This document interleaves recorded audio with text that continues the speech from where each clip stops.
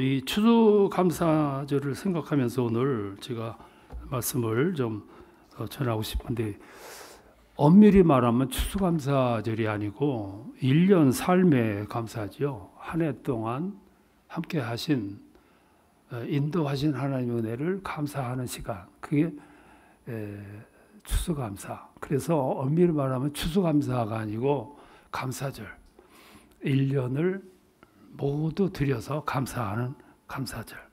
참 고맙고 감사한 일이에요.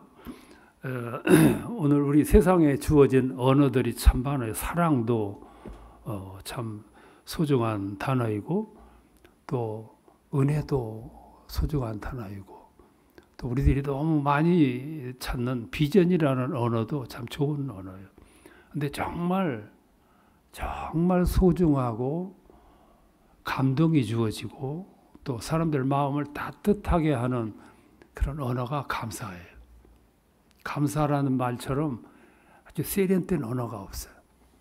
감사, 그 속에 무한한 바이러스가 아주 가득 들어있는 소망의 그런 바이러스죠. 그래서 성경에는 200번 이상 감사하라 감사하라 그랬어요.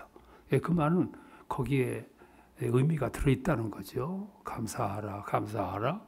네, 그 삶에 무한한 가치가 주어지는 거죠. 그래서 오늘 제목을 기쁨으로 감사함으로 이렇게 정했어요. 신앙생활을 영적 생활이라고 그러잖아요. 영적 생활은 보이지 않는 세계를 추구하는 생활이 신앙생활이에요. 이 보이지 않는 세계를 추구한다는 게 어떤 때는 막연해요. 그래서 가끔 가다가 믿음의 세계는 보이지 않는 세계이기 때문에 만져지는 세계 같으면 참 간단한데, 보이지 않는 세계를 보이는 것처럼 믿는 생활이 어려워요. 그렇잖아요. 그래서 때로 천국이 어떤 세계일까라는 그런 바람도 있어요. 천국은 어떤 천국일까? 뭐 좋은 곳이겠죠. 찬란한 곳. 그래 계시록에 보면 그 보석이 영롱하게 빛이 나듯이 그런 모습으로 표현을 했어요. 근데 어떤 사람이 내가 본 천국이라는 책을 썼는데, 그 사람이 어떤 순간에 천국을 갔다 왔다고 그래요. 그 천국의 모습을 묘사해 놓은 책이 이제 내가 본 천국인데, 거기 보면은 이 천국을 전부 보석으로 꾸며져 있는 것으로 표현을 했어요. 그래서 생각 없이 읽는 사람들은 천국은 보석으로 꾸며진 세계구나 이렇게 생각했는데, 아닌데 천국은 영적인 세계인데 보석의 나라가 아닌데, 그런 사람이 예민하게 이 책을 분석을 해보니까 이건 가짜 간정. 그래서 그 저자를 붙들고 정말 갔다 왔냐? 진실 앞에서는 말을 못하는 거죠. 가짜했다는 게 판명이 났어요. 천국은 보석으로 꾸며놓은 게 아니고 마치 보석으로 꾸며진 것과 같은 영롱한 모습이었다, 그 말이죠. 사도 바울이 그 세계를 봤잖아요. 그러고 와가지고는 말로 표현할 길이 없어가지고 아예 천국을 보고 왔다는 내용의 이야기를 하지를 않았어요. 말로 표현이 안 돼. 천국, 가끔가다 그 세계를 좀 봤으면 좋겠다 싶어요. 하나님도 보고 싶은 마음이 있어요. 하나님은 어떤 분일까? 어떤 게 새기셨을까? 분명 그 하나님은 계신데 볼 수가 없고 만져볼 수가 없는 그런 하나님. 상상을 할 수밖에 없는 거죠. 그런데 분명 그분은 우리와 함께 계셨고 또 우리 역사하시는 하나님이시거든요. 근데 하나님은 우리들에게 당신의 모습을 보여주지 않기로 작정하신 분이에요. 이유가 세 가지 있어요. 하나는 보여줬다. 그러면 하나님도 아니죠. 하나님은 왜 하나님이냐면 안 보이기 때문에 하나님이에요. 육신적인 눈으로 보일 수 있다. 그러면 하나님도 아닌 거죠.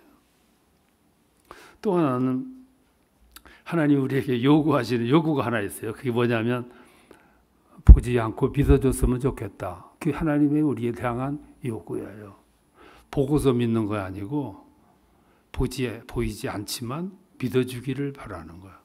이게 보지 않고 믿는 믿음을 가져라. 우리에게 그걸 요구하시는 거예요. 또 하나는 아주 중대한 이유가 있어요.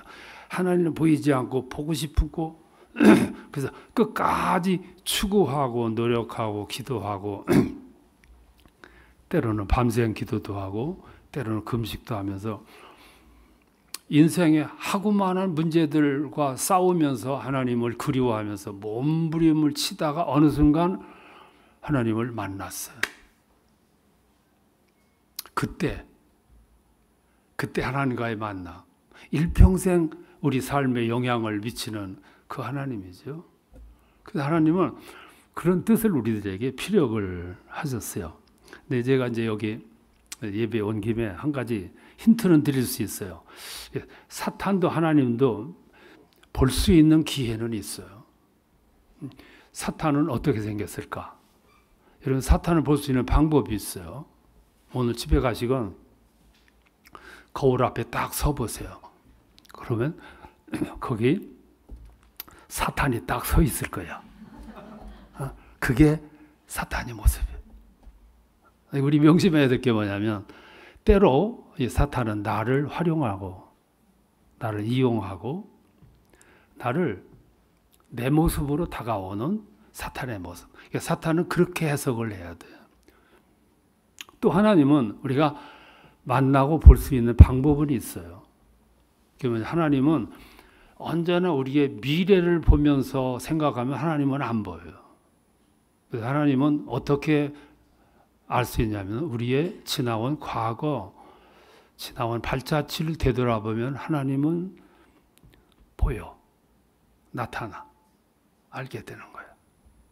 근데 하나님이 지난날 나의 삶에 언제 오셨던 것이 가장 인상 깊으냐면 내가 살아가는데 가장 고민이 많았을 때, 가장 괴로웠을 때, 가장 앞길이 암담해가지고 어쩔 줄 몰라 했을 때 그때 하나님이 다녀가셨어. 그러니까 마르틴 루터가 그랬어요. 하나님은 우리의 인생에 지나온 발걸음을 되돌아볼 때 하나님을 볼 수 있다고. 지난날 이렇게 들어오면 하나님이 나의 인생과 함께 하셨던 것이 보여. 이것이 우리의 실력이에요. 여기까지만 하나님과 함께 하는 거죠. 오늘 제가 이제 다른 말씀 아니고 시편 100편을 선정했는데 이 시편 가운데서 100편을 가장 행복한 시라 그래요. 가장 뜨거운 마음으로 감사했던 시. 그게 100편. 이 시편 100편은 어떻게 해서 나온 시편이냐면은 성가대원들이 예배를 드리기 위해서 성전에 가요. 그래서 성가대가 출입하는 출입문 앞에 서 있어. 이제 들어가야 할 시간이 되면 이제 들어가기 위해서 대기하고 있어요. 그리고 성가대원들이 눈을 감고 하나님을 묵상하는 거예요. 하나님은 어떤 하나님일까? 하나님은 어떤 하나님이길래 우리가 이렇게 찬양을 해야 되는가? 눈을 감고 하나님을 이렇게 되돌아보는 거예요. 어떤 하나님이고 어떤 모습이고 우리와 어떤 관계이고 지난날 우리의 삶에 어떤 영향을 미쳤던 하나님인가를 이렇게 되돌아보는 거예요. 그때 우리들 마음속에서 하나님은 이런 하나님일 거야. 우리가 환난의 역사를 얼마나 많이 받았는데 그런 환난의 역사, 아픔의 역사, 포로 생활에 가가지고 참 압박과 서름을 많이 받아 그리고 언제 고국으로 돌아갈는지 몰라가지고 먼 하늘을 쳐다보고 고국 하늘을 쳐다보고 눈물 지을 때 그렇게 탄식하며 기도했는데 어느 날 하나님이 기회를 주셔서 해방을 주셨고 고국으로 돌아오게 하셨고 모든 적들로부터 물리치셨고 오늘 여기까지 인도하셨어. 우리 조상들이 광야에 저 행진할 때 목이 마를 때 물을 내서 마시게 하셨고, 배가 고플 때 하늘에서 만나를 주셨고, 고기가 먹고 싶을 때 메추라기를 보내줬고, 막 적군이 쳐들어올 때 그걸 막아주셨던 하나님, 그 하나님 오늘 여기까지 인도해 주셨어요. 이걸 쭉 생각을 하면서 하나님을 묵상하는 거예요. 그리고 하나님을 찬양하는 거죠. 2절에 보면 기쁨으로 여호와를 섬기며 노래하라. 3절 그는 우리를 지으신 이시요 우리는 그의 백성이요 양이로다. 4절 감사함으로 그의 문에 들어가서 찬송함으로 그의 정전에 들어가서 그 이름을 송축할지어다. 이 시 내용이 그런 마음을 표현을 포함해서 시편을 만들었다는 거죠. 그래서 이 시편 100편을 보면 그런 하나님을 찬양하라. 이게 찬양시. 그래서 150편 모든 시편의 백미, 모든 시편을 이렇게 모아가지고 한마디로 표현해 놓은 백미, 그 시가 100편이라는 거죠. 뭐 여기 나온 내용이 전부일 수는 없잖아요. 여기다가 조금 더 우리가 첨가하고 우리 삶에 좀 가까이 와 계신 하나님을 마음을 표현한다면 몇 가지 더 표현할 수 있을 거예요. 그걸 몇 가지 더 첨가하려고 그래요. 그 중에 하나가 뭐냐면 우리들에게 일용할 양식을 공급해 주시는 하나님. 여러분 우리 요즘 세대는 잘 모르지만 우리 세대만 해도 먹는 것이 기도 제목일 시기가 있었어요. 우리 부모님들의 가장 아픈 가슴이 뭐냐면 자식들에게 마음껏 먹이지 못한 이 아픔이 가장 커요. 그때는 일용할 양식을 위해서 눈물로 기도했던 때가 그때 있었어요. 그때 기도는 먹을 양식을 달라고 한 아주 단순한 기도가 있었어요. 그래서 그때는 오직 수입원은 땅을 갈고 씨를 뿌리고 가꿔서 곡식을 이렇게 얻어 추수한 것을 가지고 먹고 살고 하면서 감사제를 드렸어. 그래서 추수감사절은 오늘과 같은 이런 분위기가 아니었어. 저는 도시에서 자라지 않고 시골에서 자라게 된 것이 참 감사해요. 시골에서 추수감사절 때는 마차에다가 추수한 것을 가마니를 싣고 그리고 열매들을 싣고 추수한 것들을 싣고 교회로 와서 예배드렸어. 그게 우리 어렸을 때의 추수감사절의 모습이었어. 그때는 오직 먹는 것을 이렇게 얻는 것이 최고의 축복이었고 은혜였어요. 오늘은 일용할 양식이 너무 풍부하다 보니까 잊어버리는데 잊어버리지 않기 위해서 추수감사절은 우리가 추수하지 않지만 강화되는 거예요. 오늘도 이스라엘에서는 장막절만 되면 도시에서도 흉내를 내고 살아요. 집안에다가 조그만 텐트라도 치고 온 가족들이 그 안에서 일주일 동안 살아가는 거예요. 그러면서 우리 조상들이 광야 생활하면서 추수했을 때 그 모습을 잊지 않고 계속 전수시키는 거예요. 이 아파트 생활이라는 것이 참 모든 걸 앗아가기도 해요. 그래서 이스라엘은 지금 건축 양식이 이제 우리나라 저 성냥갑처럼 짓는 게 아니라 계단식으로 하는 거죠. 베란다가 있어야 돼. 베란다는 어디냐면 여기가 농사철이에요. 농토. 그래서 거기다가 텐트를 치고 일주일 동안 좀 불편하지만 아이들과 함께 그곳에서 생활을 하면서 장막절을 지키는 거예요. 그 장막절의 의미가 뭐냐면 우리가 광야에서 살아갈 때 하나님이 그 음식을 하늘에서 공급해 주셨고 그리고 조금 가나안 땅에 들어가서 안정이 됐을 적에는 농사를 지어서 추수해서 먹을 수 있는 은혜를 주신 하나님의 은혜를 체험시키는 거예요. 그게 추수의 의미였어요. 잊지 말아라. 오늘 풍족하되 결코 잊지 말아라. 왜? 농사 속에는 하나님의 손길이 들어있잖아요. 하나님의 숨결이 들어있어요. 그래서 농사를 짓는 사람들은 참 마음이 순박해요. 하늘과 비와 바람과 따뜻한 햇볕을 너무너무 실감나게 기억을 해. 그건 곧 하늘이 준 은혜라고 믿는 거죠.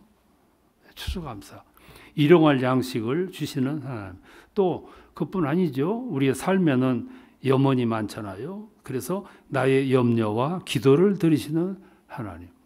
여러분, 사람들은 가슴속에 행복으로 가득 채워지고 평화로 가득 채워지는 게 아니고 걱정, 근심들로 가득 채워져 있어요. 특별히 오늘 현대인들의 가슴은 너무 삭막해요. 이 마음속에 염려와 근심들이 이게 부질없는 거지요, 이것이. 근데 가득 들어있어. 어떻게 보면 이게 불행해요. 그래서 킬케고리한 사람은 인간은 염려와 고민을 하면서 살아가는 존재다. 끊임없이 염려해요. 끊임없이 고민하고. 어떤 면에서 그게 살아있다는 증거이기도 해요. 얼마 전에 어느 대학생하고 대화를 하는데 이 젊은이가 고민이 많은 것 같아요. 그러면서 날 보고 하는 얘기가 목사님은 고민이 없어서 좋겠습니다. 그래요. 무슨 의미냐 그랬더니 목사님 다 이루셨잖아요. 우리는 이제부터 이루어 나가야 돼요. 그래서 고민이 많은데 목사님은 다 이루셨잖아요. 오늘 젊은이들이 이제 이 기성세대를 보는 시각이 그래요. 그래서 그랬어요. 젊은이는 젊은이의 근심, 걱정이 있고 나이가 많은 사람은 나이 많은 사람대로의 근심과 걱정이 있는 거야. 근심, 걱정 나쁜 거 아니야. 그게 살아있다는 증거야. 공동묘지에 가봐. 고민 없어. 한숨도 없고요. 살아있기 때문에 아픔이 있고 걱정이 있는 거야. 내일이 있는 사람은 내일에 대한 걱정 다 있는 거야. 그걸 고맙게 생각해야 돼. 내가 지금 고민이 많다는 얘기는 미래에 대해서 계획이 많다는 얘기야. 미래 계획이 없다면 고민도 없어. 희망을 잃어버린 사람은 고민 없는 거야. 너 그만큼 가슴이 건강하고 튼튼하고 생각이 건강하기 때문에 그래. 고민 많이 해. 그리고 고민하는 거에 대해 즐겨야 돼. 걔가 그 말을 무슨 말인지 모를 거요. 이 다음에 나이 먹으면 알겠죠. 어느 사업하는 분이 그래요. 목사님, 길이 없어요. 미래가 안 보여요. 미래 캄캄해요. 오죽 절망하겠어요. 그래서 무슨 말을 해줄 수가 없어. 난 사업 분야는 잘 모르니까. 그래. 그런 암담한 현실을 이겨나간 삶에 그 다음에 열매가 맺히니까 조금만 기다리면 길이 나올 거야. 내가 그 말 해줘도 이해 못하니까.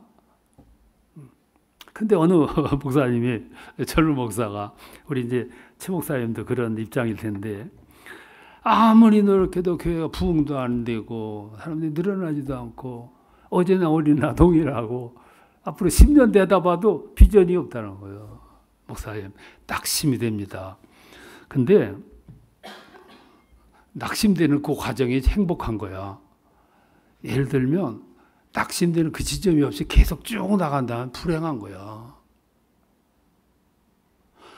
이 아픔이 그래서 기도하라고 그런 거예요. 목회자의 최고의 불행이 뭐냐면 실패를 모르고 계속 성공하는 거야. 그런 목사들은 불행해져. 마지막에는 그 사람은 하나님 안 믿어. 자기 능력 믿지. 그래서 어려움도 있는 거고 오늘 힘든 일도 있는 거야. 그래서 기도하라는 거야. 우리가 알 것은 하나님 우리 고민 다 아셔요. 다 들으십니다. 부모가 자녀들의 마음속에 뭐가 있는지 아시듯이 다 알아요. 그리고 우리의 애로를 이렇게 기도해도 안 들어주셔. 이거 각오하면서 기도하셔야 돼. 왜 안 들어주시냐면은 즉시 해결해 주지 않는 이유가 있어요. 그 이유가 여러 가지, 여러분 다 알잖아요. 알면서도 생각을 안 하니까 모르는 거예요. 어린 아이들이 부모에게 뭘 해달라면 부모는 안 해주는 거예요. 다 해주면 좋은 거냐 나쁜 거냐 부모는 알아요.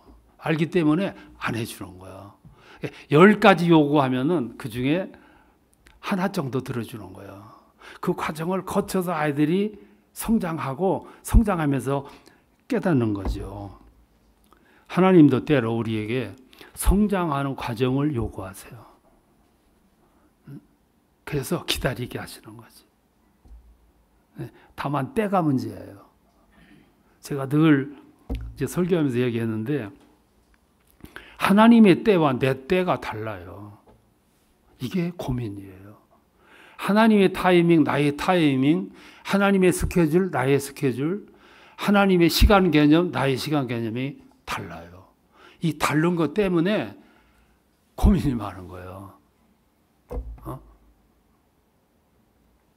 우리의 때는 당장, 기적같이, 지금 이게 우리의 때예요. 근데 하나님은 우리가 생각하는 나의 때, 내 기대, 지금 당장, 기적같이 이거하고는 상관도 없어요. 우리가 그렇게 기도하면 시험 들어요. 예를 들어서 나사로가 죽었다고 그 누이들이 지금 저 여리고에서 사역하고 계신 예수님에게 전가를 보내요. 전가를 가지고 가는 사람이 하룻길을 가는 거야. 죽었는데 하룻길 가. 근데 그 누이들이 왜 예수님한테 전가를 보냈냐면 빨리 오시라고. 왜 빨리 오셔야 되냐면 우리하고 친하니까. 주님은 우리하고 친하지 않습니까? 빨리 오세요. 근데 성경을 보면 예수님은 더 이틀을 유하시고 그랬어. 빨리 와도 가는데 하루, 오는데 하루, 이틀인데 이틀을 더 유하시고. 그게 하나님의 시간 개념이에요. 내 스케줄하고 내 개념하고 달라. 우리는 당장 기적같은데, 근데 그거에 개의치 않죠. 그래서 기도는 하나님께 위임하는 거예요. 위임해놓고 기다리는 거죠. 어차피 내 뜻대로는 안 되는 거니까. 하나님의 스케줄을 믿고 이제 맡기는 거예요. 근데 그 나사로 이야기를 이렇게 보면 나사로가 죽어 전가를 보내는데 하루 걸려 이틀을 더 유하시고 오셨어. 그 사이에 무덤에 묻혔어. 예수님이 와보니까 무덤에 이미 묻혔어. 그래서 예수님은 왜 즉시 안 오시고 이틀을 더 유하셨냐면 그게 주님의 계획이었고 하나님의 스케줄이에요. 우리는 당장 빨리 기적같이 오셔서 살려내기를 원했는데 예수님은 느긋하게 기다렸다가 죽은 지 나흘 만에 오신 거예요. 그리고 무덤에서 나사로를 살려내는 거예요. 자, 여러분 생각해 보세요. 나사로가 죽었어. 예수님이 즉시 오셨어. 살려낸 것보다 나흘 만에 살아난 것이 감동으로 말하면 어느 것이 수지 맞는 거예요? 이 세상에 주는 메시지가 뭐가 강도가 강하냐 이 말이에요. 내가 병들지 않고 살아가는 건 수고하지만 죽을 병 걸렸다가 하나님 은혜로 살아났어. 뭐가 더 감동적이에요? 그냥 병에서 한 것보다는 만신창이가 되고 암이 걸렸는데 전신에 다 포기할 만큼 전신에 퍼졌는데 살아났어. 뭐가 더 감정적인데?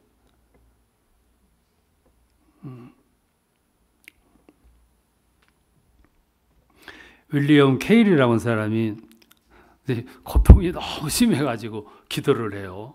막 기도를 하다가 여기서 해결할 수 있는 방법이 뭔지를 가르쳐달라고 해결해달라고 막 기도하니까 밤새워 기도하는 거죠.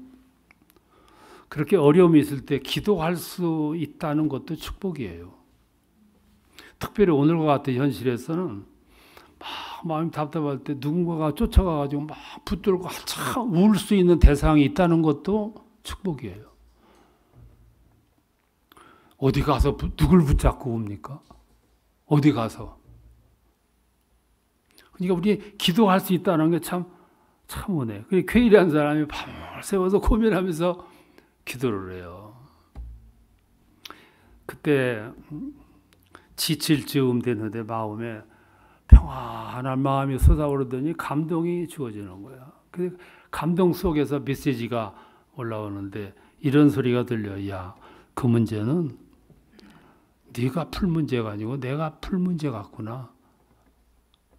너는 자, 계산은 내가 할 테니까. 이거는 몸부림친 후에 들려오는 소리지. 그렇죠? 마지막 순간에 들려오는 소리거든. 하나님은 우리들에게 다가오실 때 그런 방법으로 다가오시는 거죠. 계산은 하나님이 하시는 거지. 또 내 뜻과 내 생각보다 더 깊게 생각하고 배려하시는 하나님이시라는 것을 우리는 성경을 통해서 배워요. 제가 그 상담을 많이 목회자이기 때문에 많이 했는데 어느 목사님에게 이런 상담이 왔어요. 어느 목사님이 그 어머니가 찾아와가지고 기도를 많이 하시는 분이지만 나는 기도하면서 마지막에 아버지 뜻대로 하세요. 이 기도를 못 하겠어요. 어떻게 해야 됩니까? 하고 물었어요. 왜 못하냐 그러니까 이 어머니가 대답하기를 아니 아버지 뜻대로 하세요. 이렇게 우임하고 기도했는데 엄청난 일을 나한테 주시면 어떡합니까? 그래서 아버지 뜻대로 하세요. 못하겠다는 거예요. 그때 이 목사님이 이렇게 대답을 해주셨다는 거예요. 어머니 아들이 어머니한테 와가지고 이제부터는 어머니 뜻대로 할게요. 이러면 그 어머니가 아들에게 엄청난 불행을 안겨줄 부모가 있냐? 생각해봐. 이제는 어머니 마음을 속 안 썩일게요. 어머니 뜻대로 살아갈게요. 그런 그 아들에게 불행을 안겨주고 감당 못할 그런 일을 맡기실 어머니가 세상에 어디 있냐고. 하나님이 우리를 향한 배려는 우리들의 차원, 우리들의 생각 차원과 달라. 배려 깊이가 달라. 우리가 살아가면서 많이 경험하잖아요. 저는 이제 시골에서 이제 초등학교 다닐 때 어느 이웃집에 사는 사람이 술을 너무 많이 먹었어요. 그래서 병이 들어가가지고 어느 날 죽어가요. 저 읍내에서 앰뷸런스가 왔어. 근데 그 아들을 이렇게 실어 보내고 그 어머니가 그 자리에서 털썩 주저앉더니 거기 있는 막 수풀이 이렇게 있는데 풀포기를 확 붙잡더니 몸부림을 치면서 기도해요. 나는 그때 그 어머니 몸부림치며 기도하던 그 기도의 모습을 잊을 수가 없어요. 그래서 어머니가 이렇게 기도합니다. 하나님 내 아들을 살려주세요. 살려주세요. 평생 일어나지 못해도 좋으니까 살려만 주세요. 이게 평범한 모든 사람들의 기도 내용. 그런데 마지막에 딱 한마디가 내 마음에 꽂히는 거예요. 일어나지 못하고 걷지 못하더라도 좋으니까 살려만 주세요. 평생 누워 있어도 좋아요. 그러더니 마지막에 그것조차도 아버지의 뜻대로 하세요. 이렇게 기도하시더라고. 내가 그 순간 이야기를 듣고 기도 소리를 듣고 그 어린 마음이지만 내 판단하기를 저 기도는 응답받겠다. 이렇게 생각했어. 여러분들이 지금 감동이 안 오는 것 같은데 내가 어렸을 때 그 판단을 했다 이 말씀이야. 초등학교 때인데 아버지 금방 일어나게 해주세요. 기적같이 고쳐주세요. 이 기도가 아니었어. 평생 누워 있어도 좋으니까, 걷지 못해도 좋으니까 내 아들 고쳐주세요. 그리고 마지막에 그것조차도 아버지 뜻대로 하세요.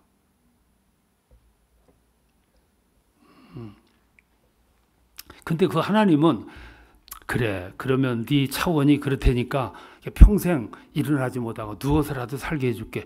그 차원은 하나님 차원이 아니거든.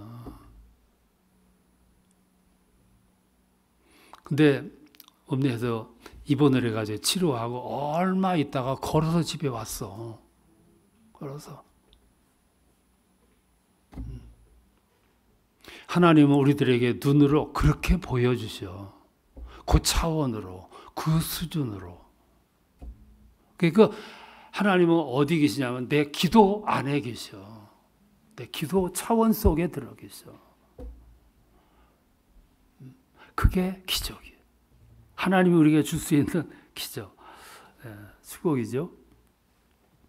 그런데 때로 하나님은 그런 은혜만 주시는 하나님은 아니에요. 때로 우리에게 무거운 짐도 주실 때가 있어.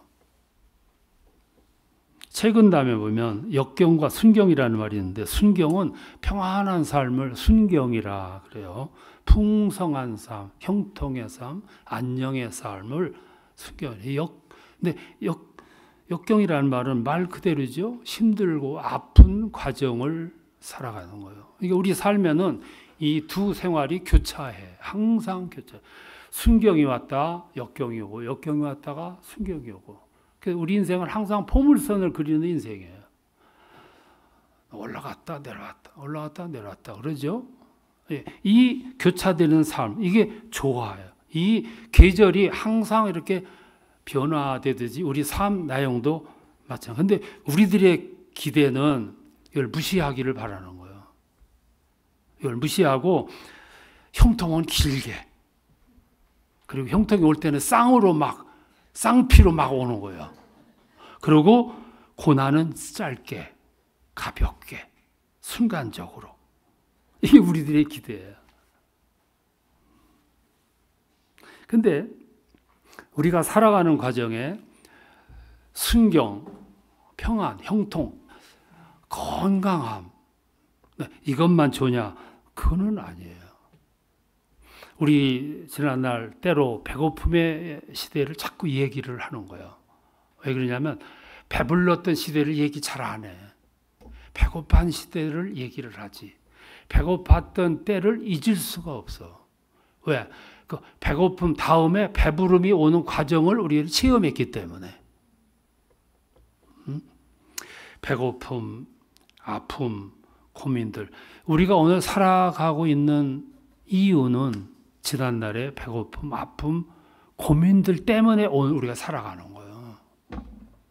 그것들이 있었기 때문에 오늘 내가 있는 거예요. 이걸 보면 이게 처음부터 이렇게 반짝하게 빛이 나고 이렇지 않았어요. 처음에는 이게 빛이 없었어요.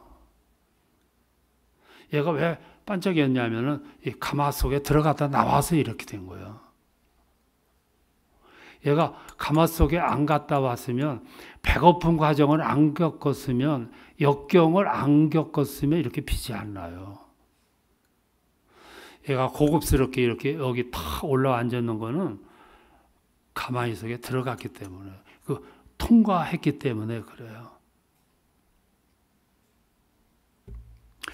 예, 토마스 램비트라고 하는 의사가 아프리카에 선교사로 갔어요. 그래서 오지 마을을 돌아다니며 사람들의 병을 고치기 위해서 동분서주를 해요. 한 번은 예진 마을 이렇게 가는데 산골짜기를 지나야 됐어요. 산골짜기에 물이 흐르고 있어. 그런데 물길이 거세였어요. 근데 거기 지나가야 되는데 지나갈 길이 없어요. 한 무리의 그 인디언들이, 원주민들이 와요. 거침없이 물가에 가더니만 큰 돌을 하나씩 주는 거야.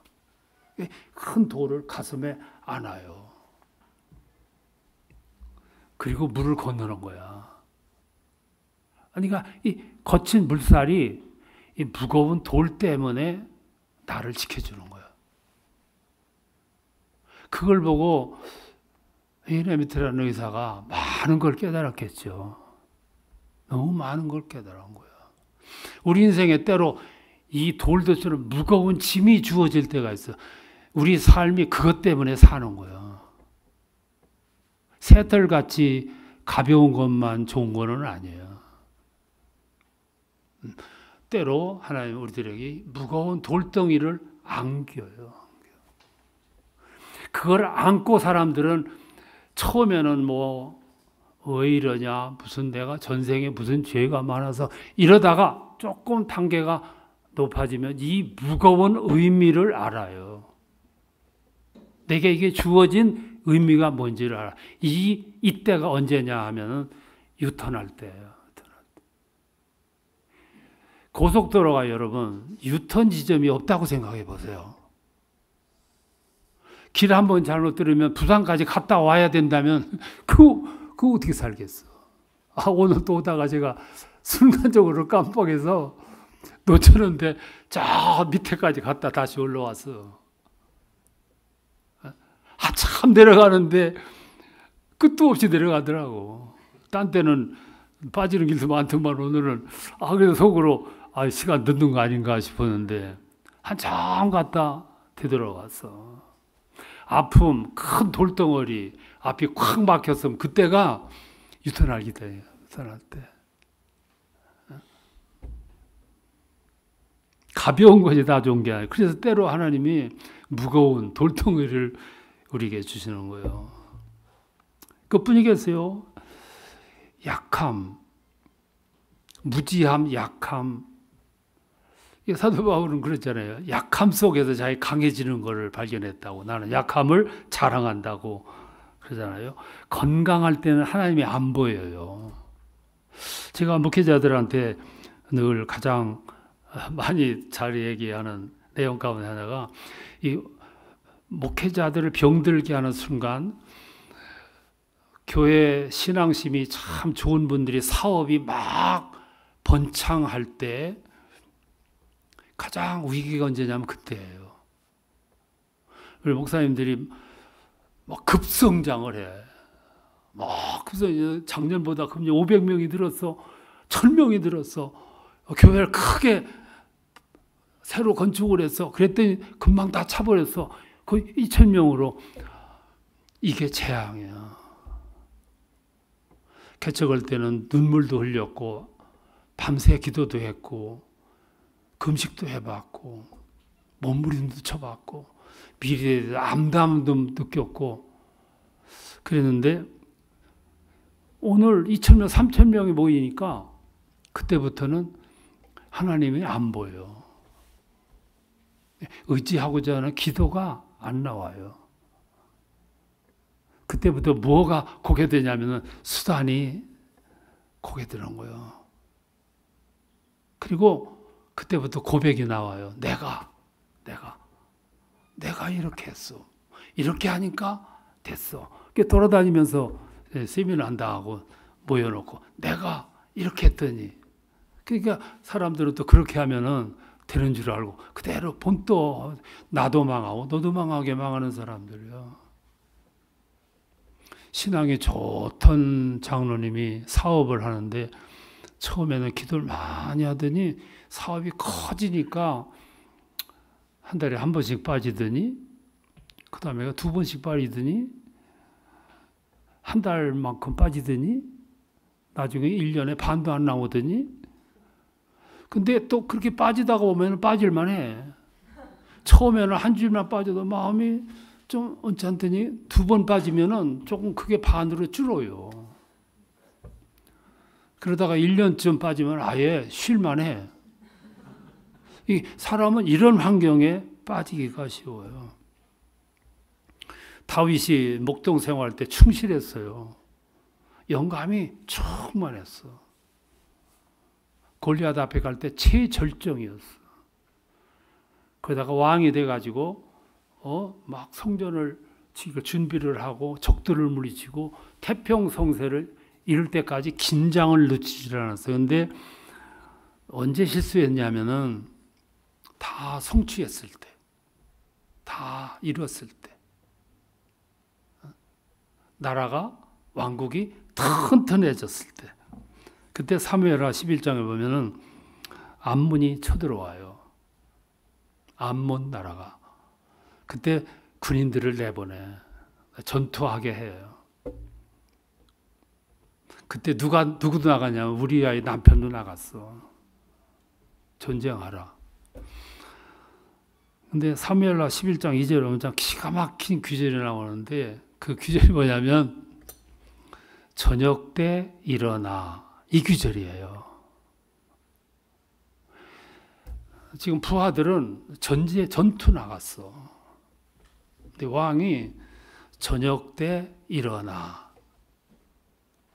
그러니까 그 짤막한 표현 속에 메시지가 너무 많아. 그러니까 큰 낮잠을 잔 거야. 저녁 때 일어났어. 그러면 전황이 어떠냐? 전쟁터가 어떻게 됐어? 이걸 묻고 확인했더라면 또 덜한데 옥상으로 올라가. 이렇게 내려다봐. 타이밍이 딱 좋았어. 어느 여인이 목욕하고 있었어. 여인을 들어와서 사건을 만들어. 알고 보니까 그 남편도 전투에 나가 있어. 그래서 그 전투에 나가서 죽게 하잖아.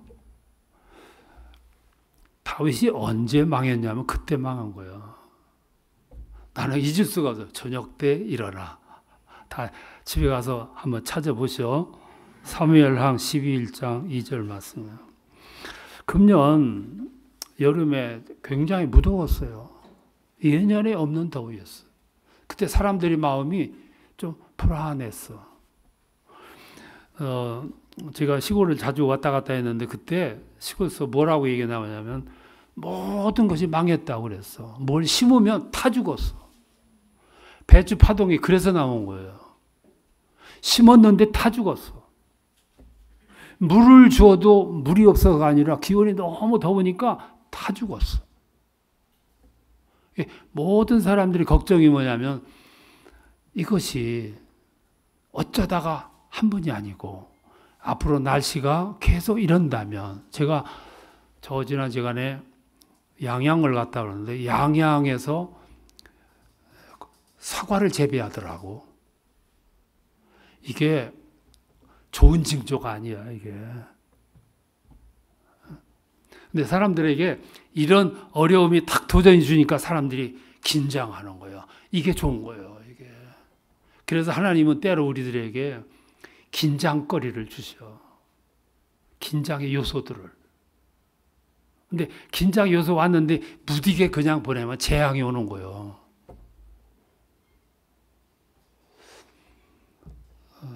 그래서 제가 강조하고 싶은 게 뭐냐면 우리 삶을 돌아보자.